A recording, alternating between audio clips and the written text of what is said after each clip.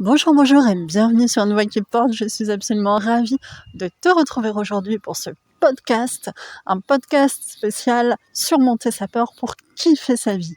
Alors si c'est pas déjà fait, tu mets un like sous la vidéo, tu t'abonnes, tu cliques sur la cloche, tu commentes si ça t'inspire des choses et tu partages si tu penses que ça peut être utile à des gens que tu connais. Alors je suis en train de gravir une côte à la montagne, je suis un peu essoufflée, mais je suis ravie de faire cette vidéo aujourd'hui avec toi parce que elle m'a été inspirée par un parcours en voiture que j'ai fait il y a pas longtemps. J'étais seule au volant et je faisais le constat que j'étais vraiment hyper bien en train de conduire et que ça faisait des années en fait que j'aimais conduire et que j'avais vraiment du plaisir, mais un plaisir vraiment incroyable à faire de la route en mettant la musique que j'aime et que j'étais super bien. Et en fait, j'ai constaté que je kiffais la conduite automobile. Or, moi, je suis une ancienne froussarde de la route et de la conduite. Autant le code de la route, c'était passé comme du beurre, parce que c'était pour moi de la théorie du bachotage pas compliqué. Autant, j'ai dû passer plusieurs fois ma conduite. J'avais peur, clairement. Et c'était plus que de l'appréhension, c'était crispant. Ça m'a fait rater plusieurs fois mon permis, ce stress-là. D'ailleurs, j'en ai fait des vidéos sur la maxophobie, la peur de conduire des moyens de transport. Et je me suis dit, heureusement, qu'à l'époque, j'ai mis en œuvre des choses pour surmonter ma peur. Je me suis accrochée et j'ai fait des séances de relaxation, de visualisation, j'ai fait des trucs. J'ai surmonté ma peur. Au début, j'ai pris le volant, j'étais pas franche, mais je m'y suis tenue tous les jours. Et aujourd'hui, vraiment, je kiffe ça. Et c'est un constat que j'ai fait aussi récemment. Je fais de l'escalade depuis peut-être 1 an et demi, quelque chose comme ça, en salle. Et je me souviens très bien au tout début, j'ai commencé à monter, je me suis retrouvée complètement crispée sur la paroi, à plus pouvoir monter, de peur de tomber, tout simplement. Et donc je suis redescendue, toute crispée. En plus, je m'étais fait mal parce que j'étais tellement crispée que voilà, je m'étais froissé un truc.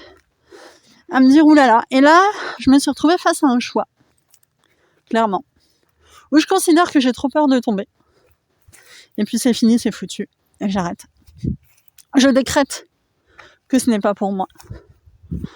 Ou je le retente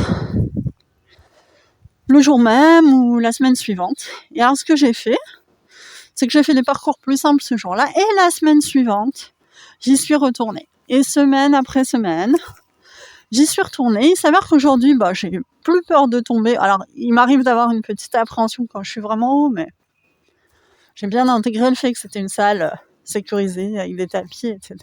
Alors, ce que je te dis, c'est pas forcément de te jeter à l'eau sans sécuriser les choses avant.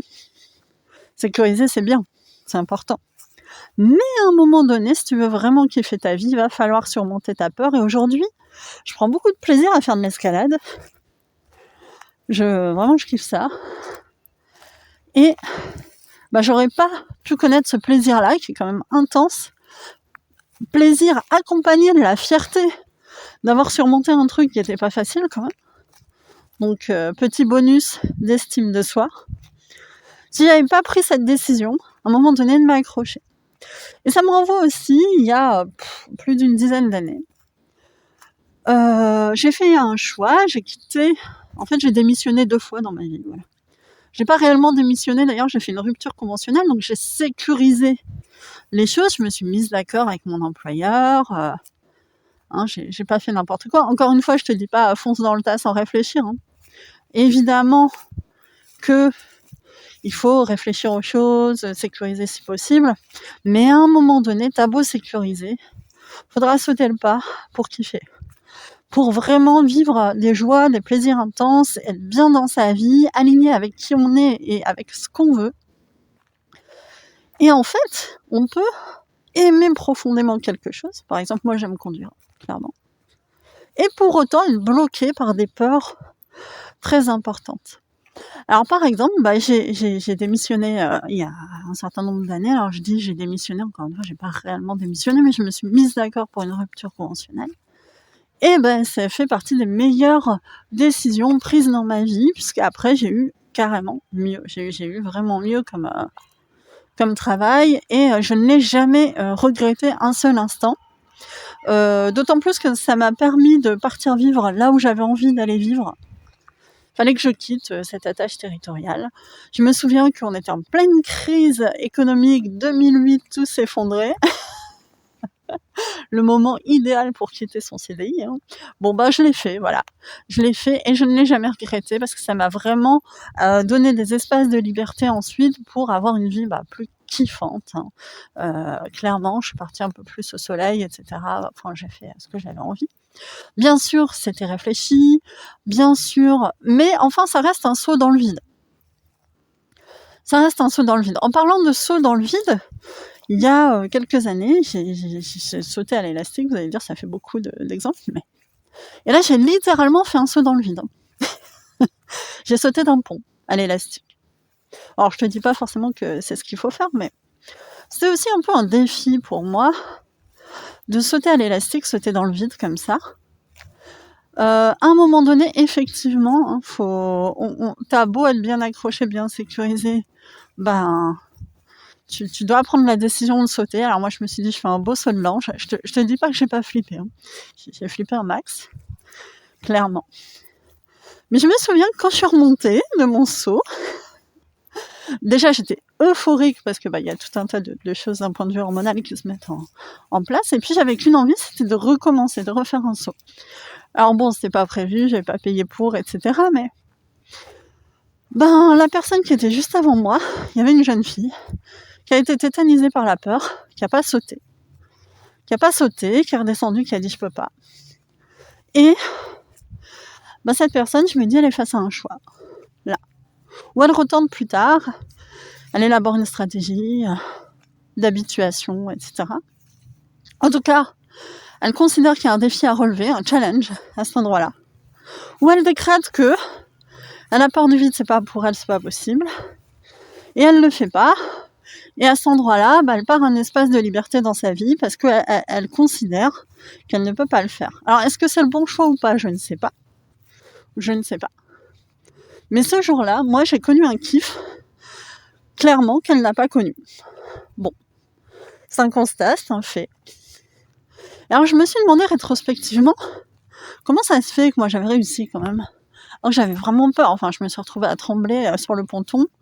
Je crois que plus on apprend à surmonter ses peurs et à se challenger, et en fait, plus on devient compétent à surmonter ses peurs. On ne devient pas plus inconséquent ou plus insouciant. Non, on sécurise les choses, etc. Mais il y a une mémoire quelque part qui s'inscrit en soi de « j'avais peur, j'ai trouvé un moyen de surmonter ma peur à cet endroit-là. Donc, j'avais peur de conduire, et puis finalement, j'ai réussi à conduire. J'avais peur de démissionner, finalement, je l'ai fait, et voilà. J'avais peur de ceci, de cela, et puis j'ai trouvé un moyen de le faire quand même.